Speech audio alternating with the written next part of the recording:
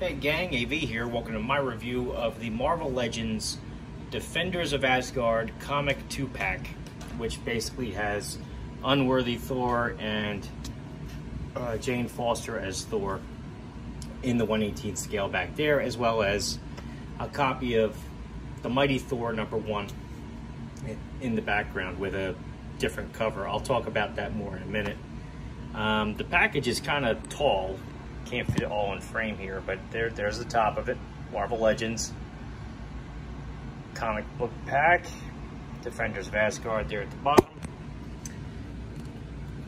Back of the box, just have a product shot of the two characters it comes with, a couple of the other figures that were available, and that's about it. So that's all I gotta say about the packaging. First and foremost, we'll have a look at the comic book. Which is right here. It's actually a cover swipe. It's the exact same cover for Thor's #1, which was a crossover for the Battle World. I'm sorry, crossover for the recent Secret Wars event they had a couple years back, when they had Battle World and all the dimensions had merged into one and all that other stuff. Just a couple subtle differences that differentiated from that, though. It says custom edition down there, not for resale, and it tells you right there that it's a reprint of Mighty Thor #1, which is where you first see Jane Foster pick up the hammer. Otherwise, not much else to say about the book. Here are the figures.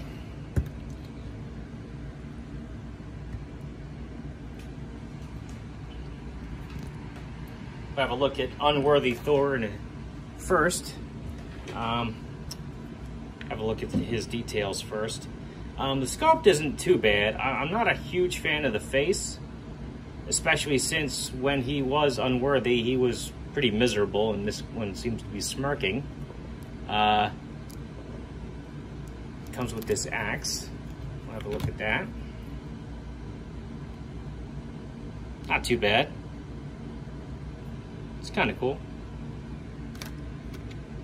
His cloak is removable if you pop his head off. It's got some nice detail on there. A couple rips, fur skin there. He has this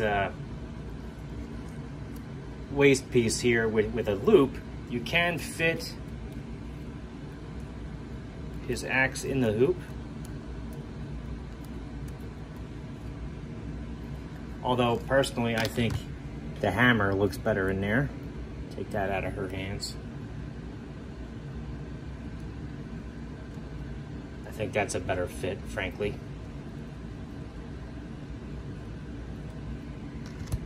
Have a look at the hammer while I have it in my hand.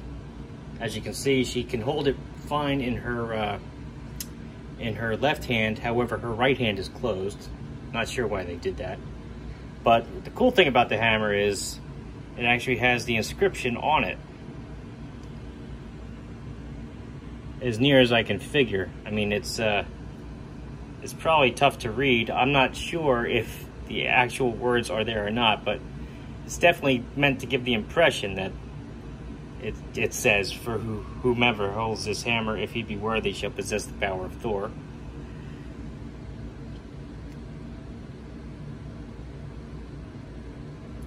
It looks like they tried to, but at this scale, it might not have come out all that well. But still, it's nice to see that there. So, articulation-wise, that's where this figure especially suffers. His head is on a ball joint. He can do left and right. His hair greatly hinders him from doing a full 360 because it gets caught in his cape, and even if the cape is off, it's going to scrape against his shoulders. He can not really do any... well, he's got a little bit of a tilt there, side to side. Can't really look up and down that much, though. Arms can flatten out about that much. They can do a full 360 as long as you work around the cape. They can go up about that high. There's nothing at the bicep. He has a rotation here at the elbow. He can bend his arms about, well, I don't know, we'll call that 50 degrees, and they can flatten out, and that's it. There's nothing at the wrist. This wrist is closed. There's no hinge here, no swivel there. Torso, nothing. Legs can go up about that high, back about that far. You can do the splits like that.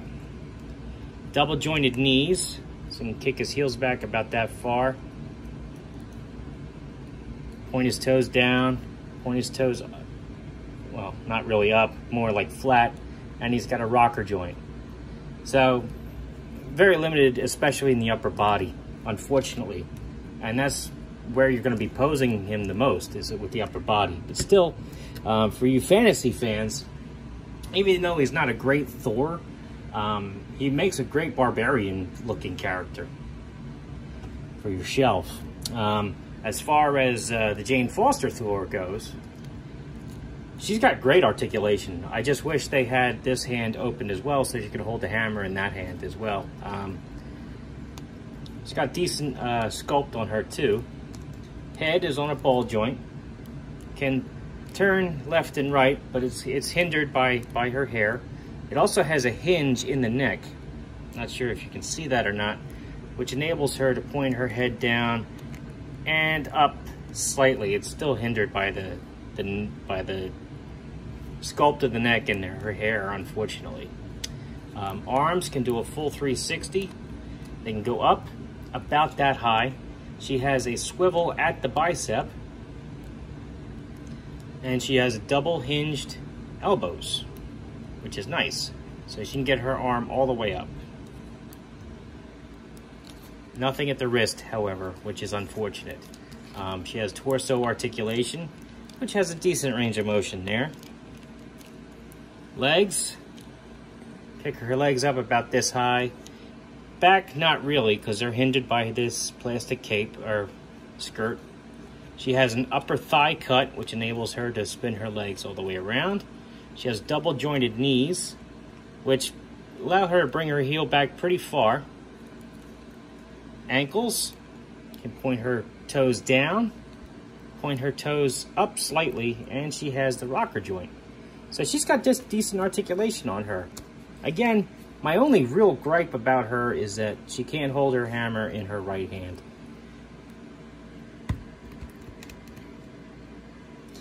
But all in all, still very cool figure. Let's do size comparisons now. Here they are next to a vintage, a vintage G.I. Joe figure. As you can see, they're noticeably taller. Same can be said for a vintage collection Luke Skywalker. A Dollar General G.I. Joe figure. Oops. Dollar General Trooper. Boss Fight Studio Blank. Scales pretty well with both of them, I think.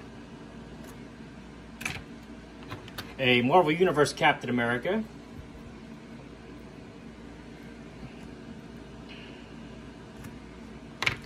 And Master Chief.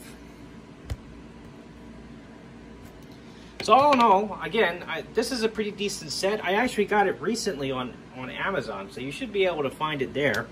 I am a little disappointed with the articulation in Thor. Or the Odinson, since he's unworthy, I suppose. The Jane Foster Thor, articulation is nice.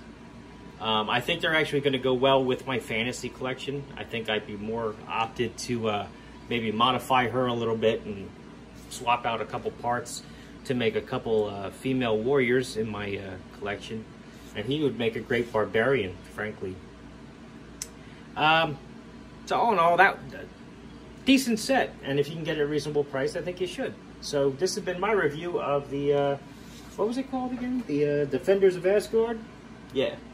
Defenders of Asgard 2-pack from the Marvel Legends line. This is a 1/18 scale set. If you like this video, check out my channel where I review a whole bunch of other 1/18 scale figures, vehicles, and accessories. If you like what you see there, then please subscribe. And as always, thanks for watching.